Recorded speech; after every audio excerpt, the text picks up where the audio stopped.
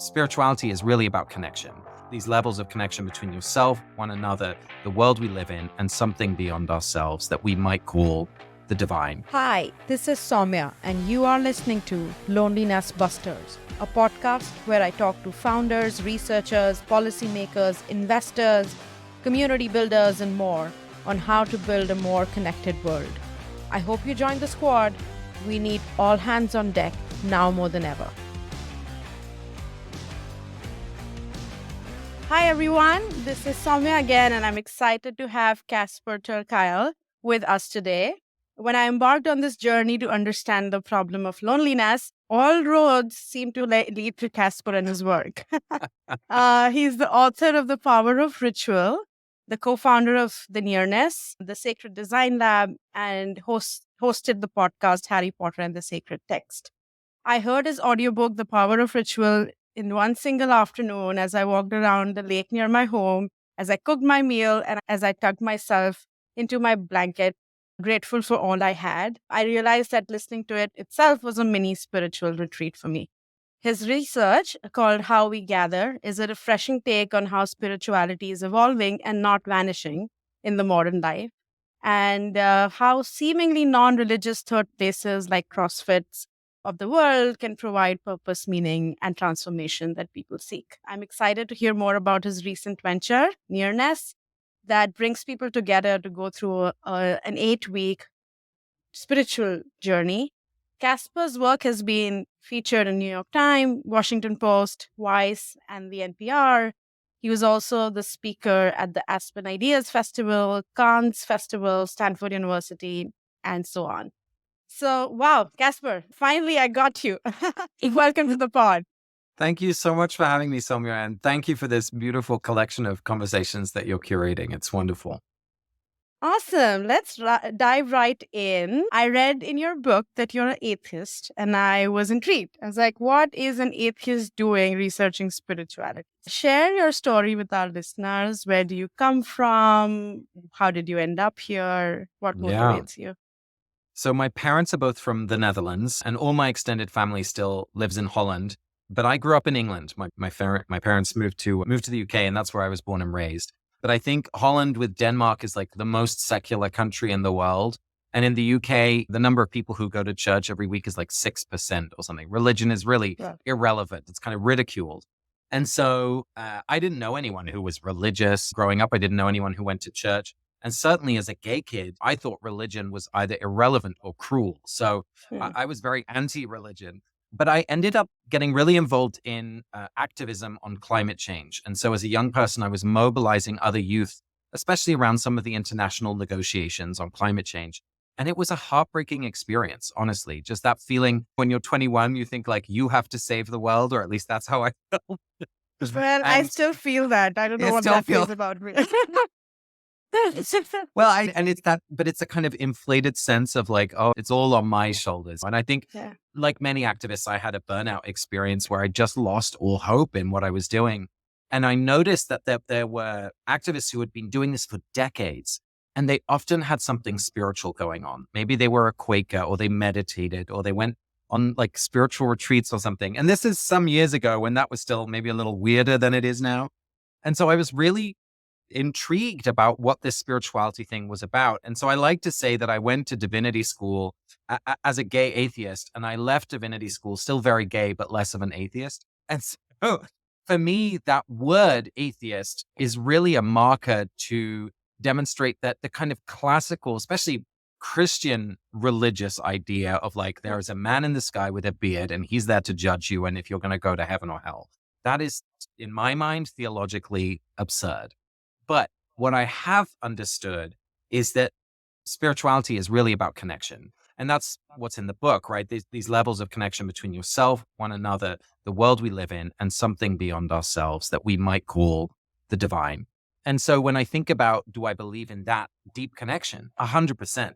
So it's a difficult word because it depends what the theism is that you're claiming, right? If you're an atheist or not. So I find myself definitely very committed and inspired by spiritual ideas, but still not belonging to a traditional religious congregation.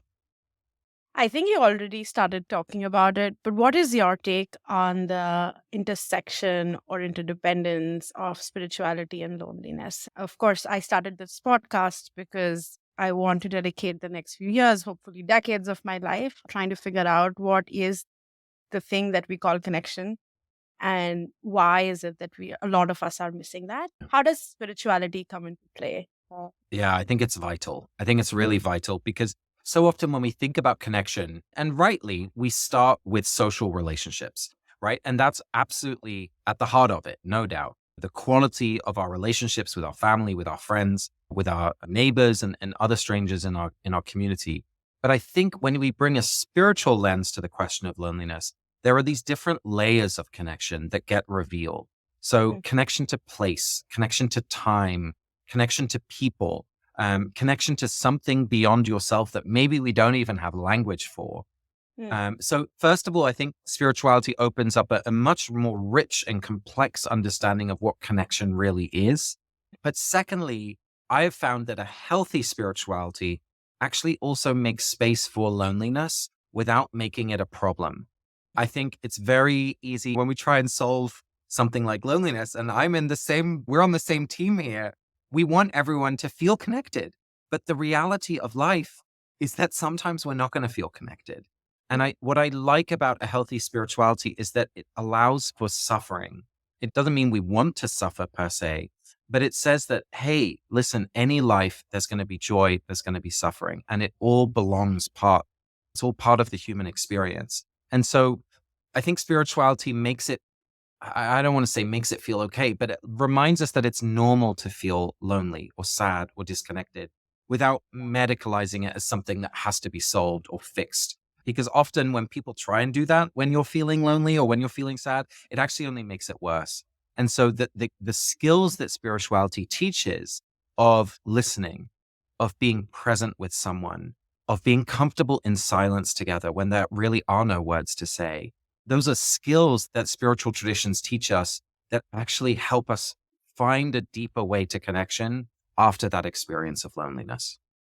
It's so interesting. I think the words that you're using are the same words that a lot of social emotional learning experts talk about. The idea of purpose and meaning making, the Yes. idea of being able to identify and be aware of what you're feeling and thinking and not intermingling your sense of self with your emotions, of course, interpersonal relationships, feeling connected to something larger than yourselves. And so all of a sudden, we've come to a world where spirituality doesn't seem like the woo-woo land. Yeah. And it's becoming more and more clear the role of it, if you may, the job to be done of it. Yes. Tell me, how does this intermingle with the religious setup and the religious beliefs? I think traditionally, most people confuse the two. So how do the two relate? What can we learn from religion? What can we take on? What should we leave behind? Soumya, you're going to have to put on a Pomodoro because with this question, I'm going to really get going.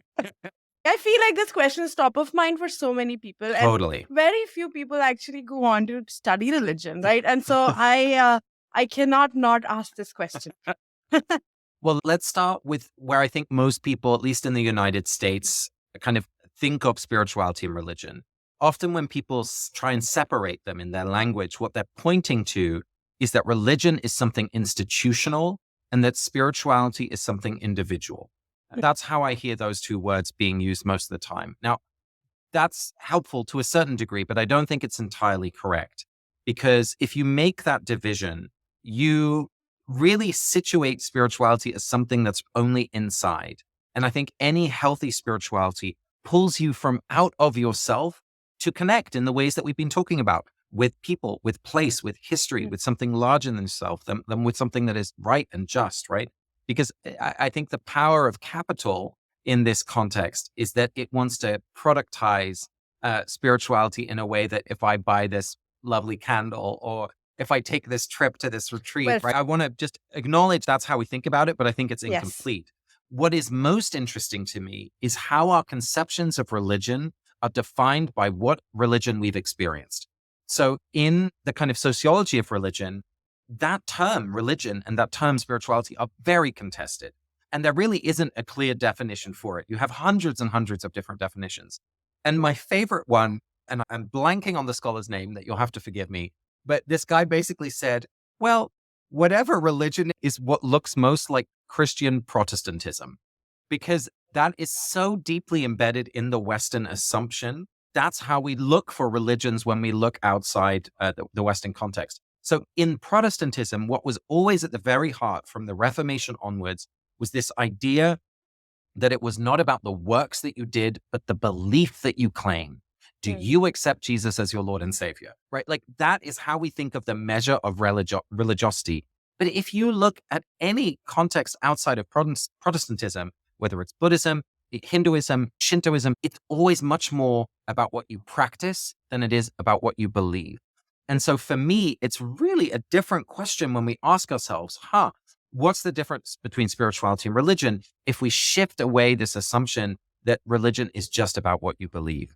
And so for me, what I like to think about instead is what are the kind of human longings that show up wherever you are, whatever context you've been in. And it's not that this is a perfect model, but it's one that helps me a lot.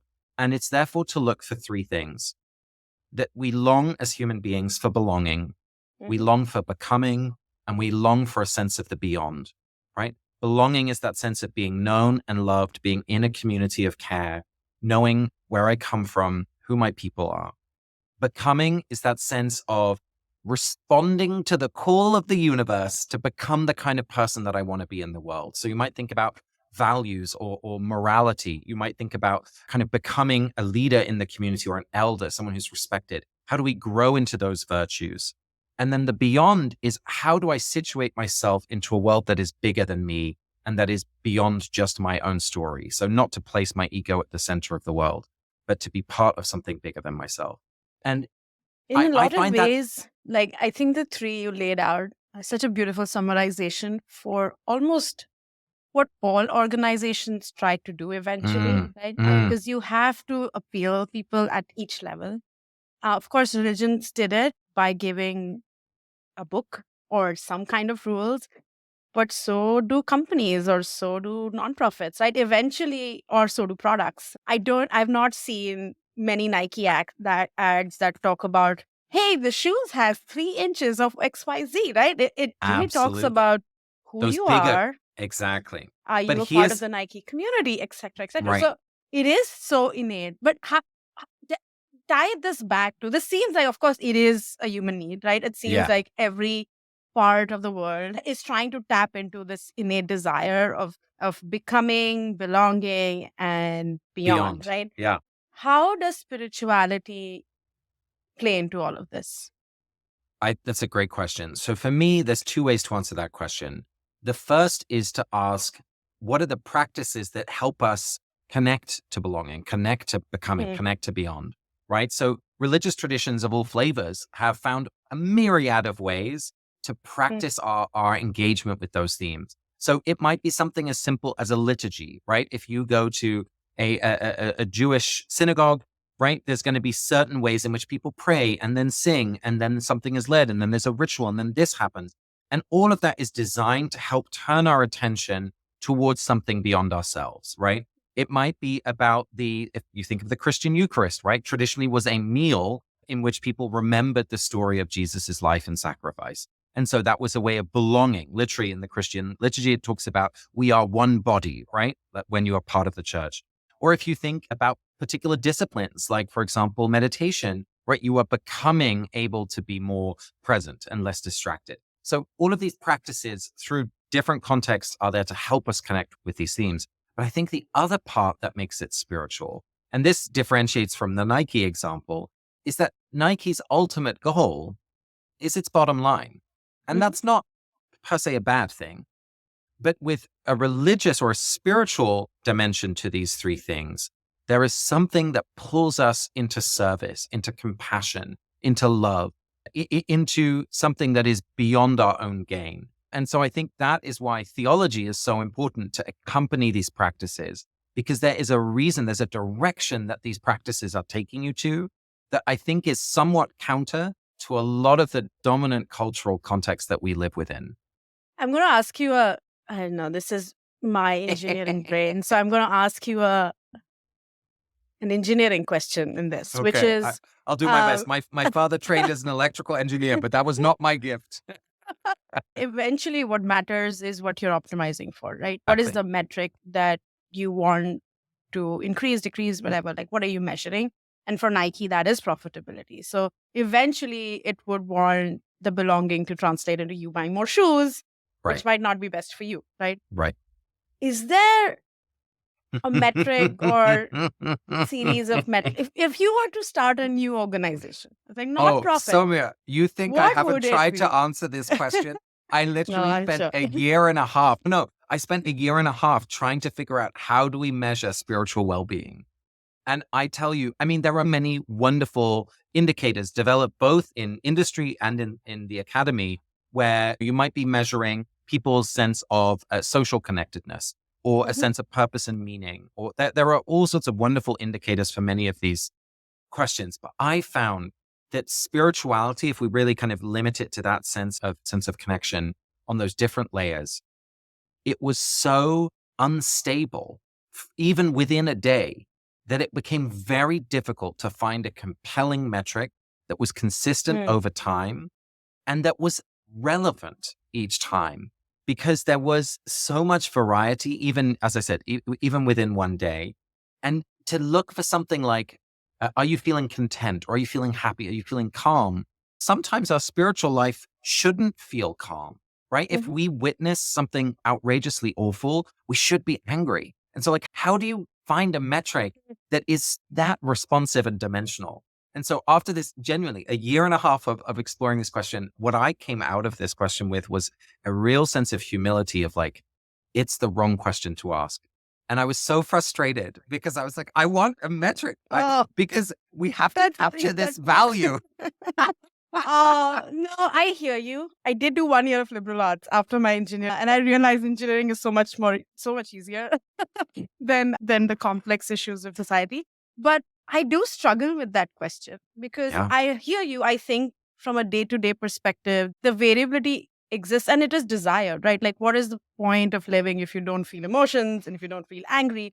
And so I go back to the example you gave, which is when you started your journey as a climate change activist, you did see something different. I did. In the folks that were spiritual versus not. Now, how do we measure it? It's a difficult question. But I hope we can keep chipping away at it. I don't know if there is an answer that is a satisfactory answer. Yes. May I add one more dimensionality to it? Because this was course. another kind of interesting angle to this question, which was so many of the instruments that are designed are around kind of self-evaluation, right? How do you feel now? How did you feel 3 hours ago?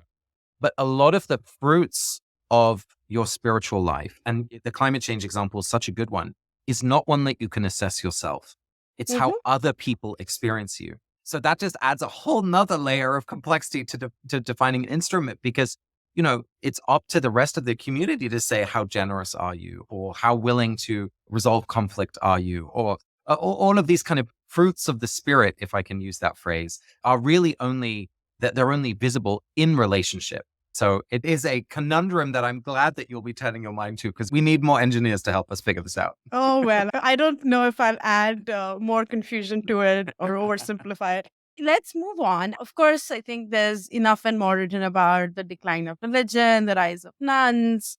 And as I hear you, it seems like from your perspective, religion is a modality and spirituality is the need. And so is it fair to say that religion is declining, but spirituality or the need for spirituality still exists? And so what does that mean for organized spirituality, if you may, right? If there's a shift away from organized religion, of course, I think one of the reasons why people are experiencing loneliness and lack of spiritual fulfillment is also because it's not there by default. It's not as if there are structures that you can, most people don't go to the Sunday congregations anymore. And so something that was just there in your life doesn't exist. That's right. anymore. I read this article a few weeks back, blew my mind. The title of the article was "Don't Blame the Rat."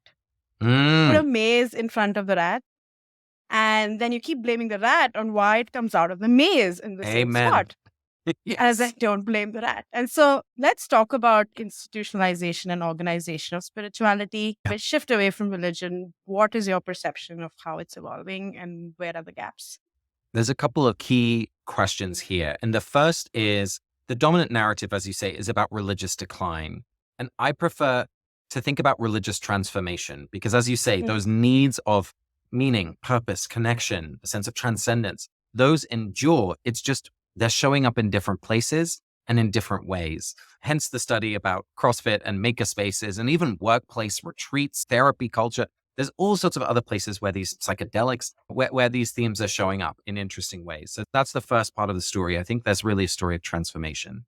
And it's so helpful to have a historical perspective here because maybe we think about the Catholic Church or about Islam as this unchanging, bastion of tradition that has always been the same. And that is just historically inaccurate. Religions change, they evolve, they encounter new contexts. I mean, colonialism is an example of a tradition meeting a new context and looking very different. If you go to Mexico, Catholicism looks extremely different than it does in the Philippines or in Northern Ireland.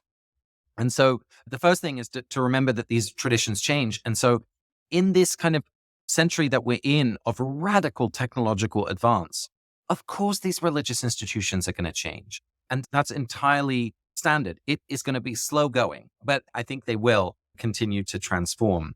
What for me is most interesting is a real conundrum that you point to, the sense that perhaps in previous generations, we were born into cultures of connection where the structure was stronger than the individual, right? You were born into a particular role. Now, whether it's the caste system in India or like being born as a gay person, like thank God that a lot of those structures are falling away, right? Because Mhm. they're deeply Yes. problematic and very painful for enormous numbers of people.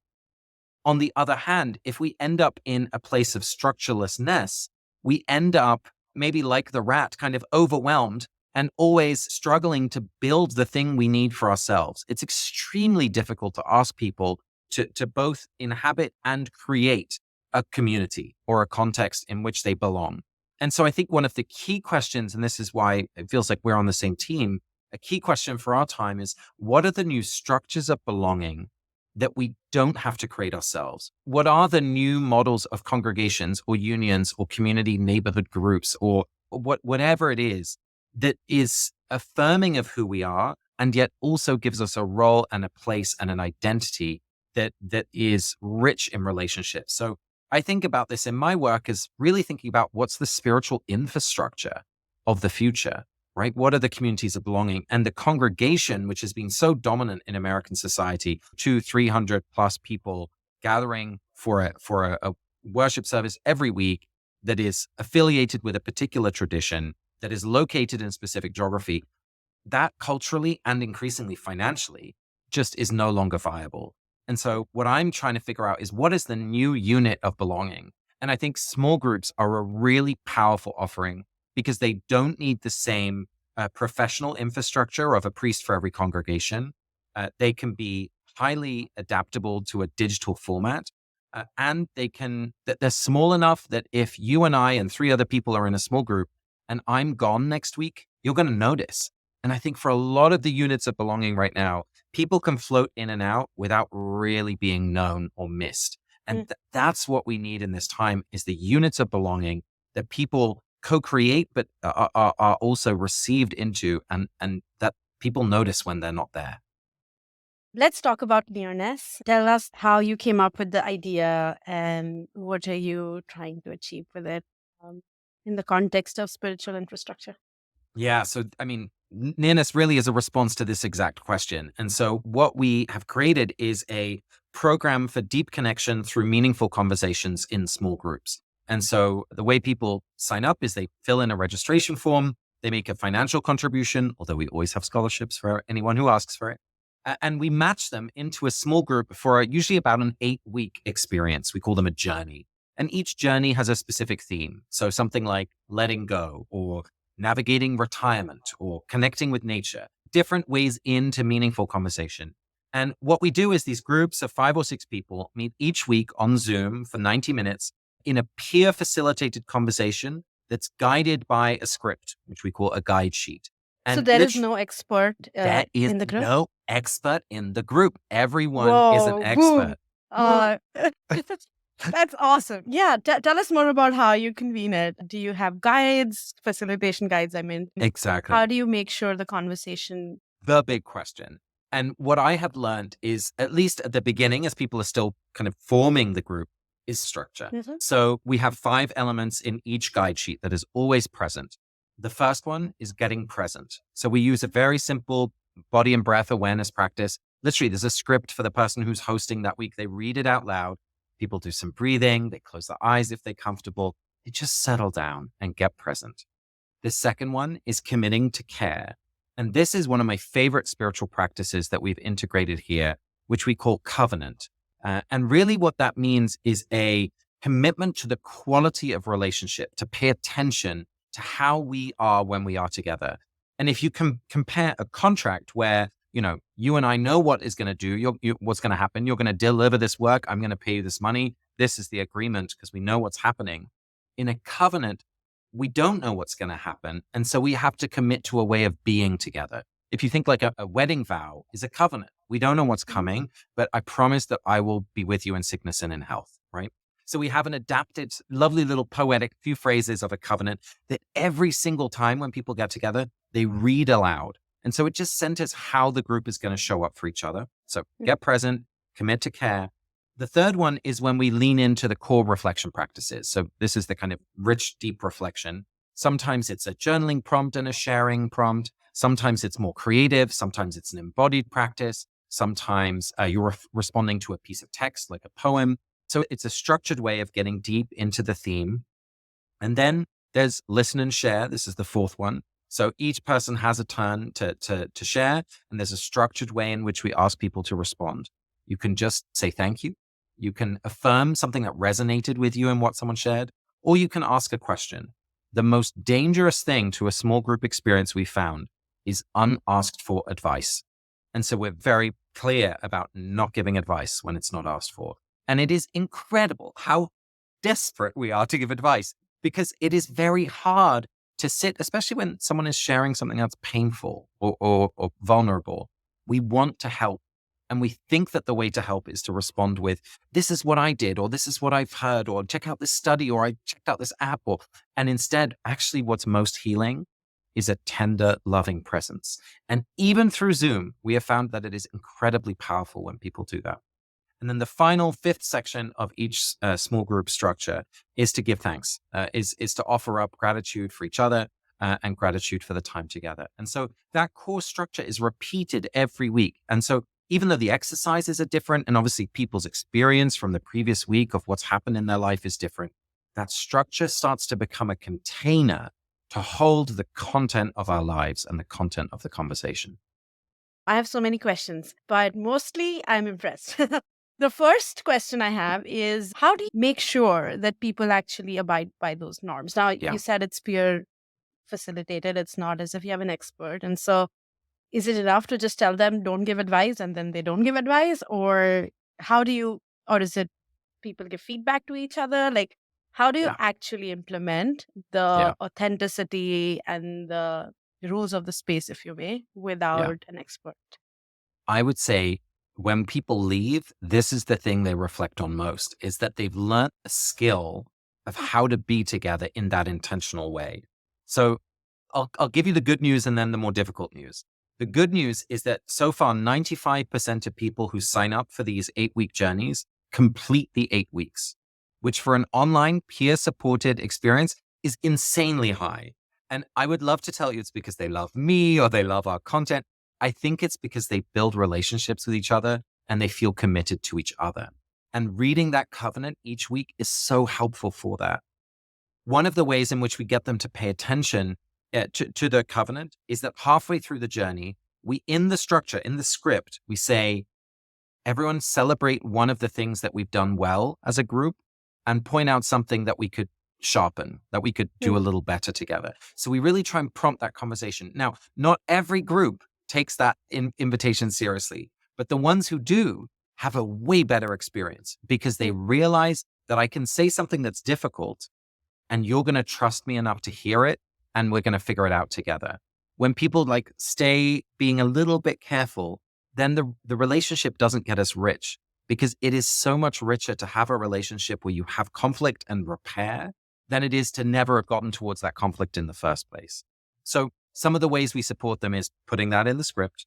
We offer office hours if people have questions or they want to make meaning or they want to just figure out how can I do this differently. And if need be, we'll join a group for the next week's conversation if there's something that's difficult that's happened.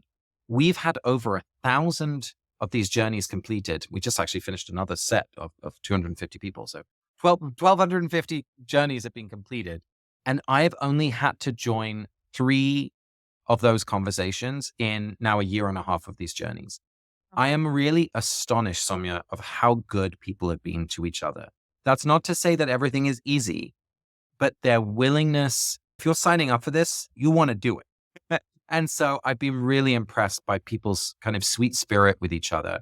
And I will have to see as we grow, if we need to offer more and more support, I'm sure we will. But it's been such a good reminder of like, most people want to do something like this. It's just really hard to find. Where do you want to take this from here? So you have 1,000+ people who have gone through the journey. What's the dream? I mean, the dream is, if you think about how therapy has become mainstreamed over the last 20 years, and there's now a waiting list for therapists in every place around the country, I want to see the idea that small groups are a normal part of everyone's social life. That if you say, oh, my therapist said this, or everyone's talking about boundaries, or right, this language has just entered our lexicon. I want covenant to be a word that everyone understands. I want everyone to have a story about how amazing their small group is. Because, and again, this is one of the gifts of religious tradition. If you look at Christian communities is the one I know best. But if you look at my friend Lisa, who has been with her covenant group for 35 years, and they have met every week as a group of 5 women, they know everything about each other. It's why marriages have stayed together. It's why mental health journeys have been survived.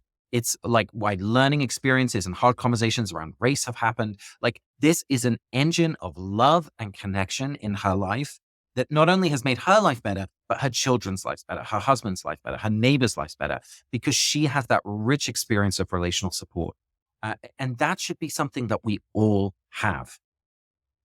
I must say that so much of this is resonating with me, right? If you think about not just in the spiritual world, in the health world. Absolutely. Now with the blue zones, we talk so much about the Moayas of the world. Yes. There's the AA of the world. There's the friendship bench in Zimbabwe, which ends up in Kabutanas. There's so much also scientific evidence on why group work, and sometimes they work better than therapy because you build relationships for lifetime, right? It's very different that way from therapy, which is more transactional. But then what happens after 8 weeks? So you do this, you go through this transformative experience, you build a close group of friends, and then you say goodbye. What happens at the 8-week mark? This has been a big learning for me. So 25% of the groups that started in September of 2022 are still meeting in our program. So for about a quarter of people, they were like, oh, I love this. These are my people. This is my group. This is my community. This is really the core of my relational world, or at least one of them. 75% of people say, wow, this was beautiful. I love this experience of connection. I may sign up for one more. About half of the people sign up for a second journey, but I may not because I experienced what I needed, and thank you. So they love the experience. The NPS is 67. We have all of these amazing completion rates, but it's not necessarily a destination of community that we've created. It's really an experience of connection. And I'm still figuring out what exactly that means on a strategic level, because for me, the big question, is it even possible to build an enduring destination in the culture that we're in? Because if I look at my own life, I'm not doing that. I've moved cities. I live in a different continent than my family. My interests grow and change and friends move. And I just don't know if it's possible. So I would love your thoughts on that. Like, do you think it's possible to create like a single enduring destination, whether it's digital or in person? I think that it people would stay depends on connected to? what you're optimizing for, right? I think I'm going to give you an extreme example, and this is my 2 cents. I'm not an expert on this by any means, but I think one of the extreme examples is this over optimization on engagement, right? Yeah. Which the digital world is obsessed with. And it's not just day-to-day engagement, number of hours you spend, it's also lifetime value of a customer and so on and so forth. And so when the destination becomes engagement, I think that's pretty toxic because then you're not thinking about the value you add. And most like tangible product based companies don't think about engagement. They think about what value am I adding? And when you buy a Colgate toothpaste, did you actually like that or not? Not so much that you used to. I want to addict you to use that toothpaste. Well, at some point was there, but they realized it was not a good business decision. Eventually, those businesses do not last for decades, right? You rise and then you engage, people get addicted and you fall. And that with the sugar industry, with the tobacco industry. And now I think it's the same with the social media industry, with the youngsters actually going out of it and going to flip phones. And so I don't think engagement as be all and all is something that can really sustain without value. And so it then comes down to the question of what is the value that you want to offer? And if the value is skill building for connection, it's totally okay for you to have an 8-week course and you measure your success by how well people do before and after. Yeah, that's my 2 cents. I do think eventually, if you want to build companies that last for centuries, capitalism does work if you take a long-term enough perspective. But the venture market doesn't look at long-term perspective, right? And so if you think about the Procter and Gambles of the world, they've sustained for 100 plus years. So I think, sort of, I'm struggling with this, as you can see. I'm building my own venture. And what does that mean to actually raise capital? What am I optimizing on? And who should I get on board? This is something I think about every day. I do want to talk about one topic before we go to the closing section. Is this the role of spirituality in the world of AI and technology and LLMs? We are talking about a world where now it's totally possible to have AI friends and AI coaches and AI therapists, and a lot of debate around whether AI will replace human connection or enhance human connection. So my question to you, is spirituality a human attribute? Can AI be spiritual? And what does it mean to be human in the age of AI? What's the role of spirituality here? Well, I am definitely underqualified for this conversation. I have a number of friends who are very much at the heart of this question. I guess I have a couple of core principles maybe that I would launch from. The first is really that this question is the one that religion needs to engage with. Like, I think helping people know what it means to be human in a time of machine learning and AI and LLMs is one of the fundamental questions that humans are going to need, right? Let alone to figure out what spirituality is. It's like, what makes me different from a machine, apart from my faults? I just went to Japan to research spiritual innovation there, and there was a fascinating robot priest exhibit in Kyoto, where it was just a looping video with animation, a video and audio in a small circular room where this robot priest was teaching on the Heart Sutra. And I mean, it just took 3 seconds of imagination to add AI to this context. And it was surprisingly emotional. I was really moved. The bot was teaching about compassion, and there was a kind of question from the audience, a pre-videoed question that came from the audience where someone asked, how can you teach us about compassion when you are just a robot? And the robot answered saying, well, compassion in a Buddhist context and in this particular tradition, beyond compassion lies just pure emptiness. And who better to teach about pure emptiness than a robot? And I was like, oh, damn. There's something really powerful. And just the way in which any human spiritual teacher is always going to let you down because they are human. Like, is there an opportunity to kind of build a perfect spiritual teacher using these technologies? Who knows? Who knows? I think what for me ultimately is most important is that these are tools there to help us in a spiritual modality. They should be there to help us be good to one another. And so to an extent that these tools can do that, wonderful. But as you said, the kind of over-indexing on engagement as the kind of ultimate test of successful technology, to me, there's something, and I'm influenced here by Andy Crouch's writing, by the idea that there's something demonic in that technology wants something itself that is not centered on human flourishing. And so to really tread with trepidation and understanding that things can change very quickly.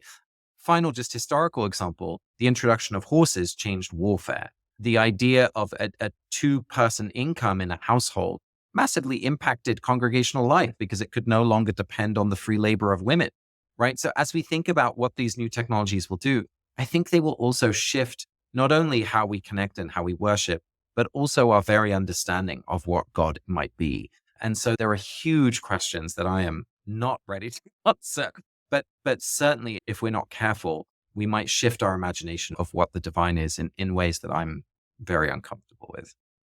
Yeah, no, I think it's so important now more than ever because the pace of technological growth is crazy, I think, to say the least. I think as humans, we haven't actually seen this in our entire history.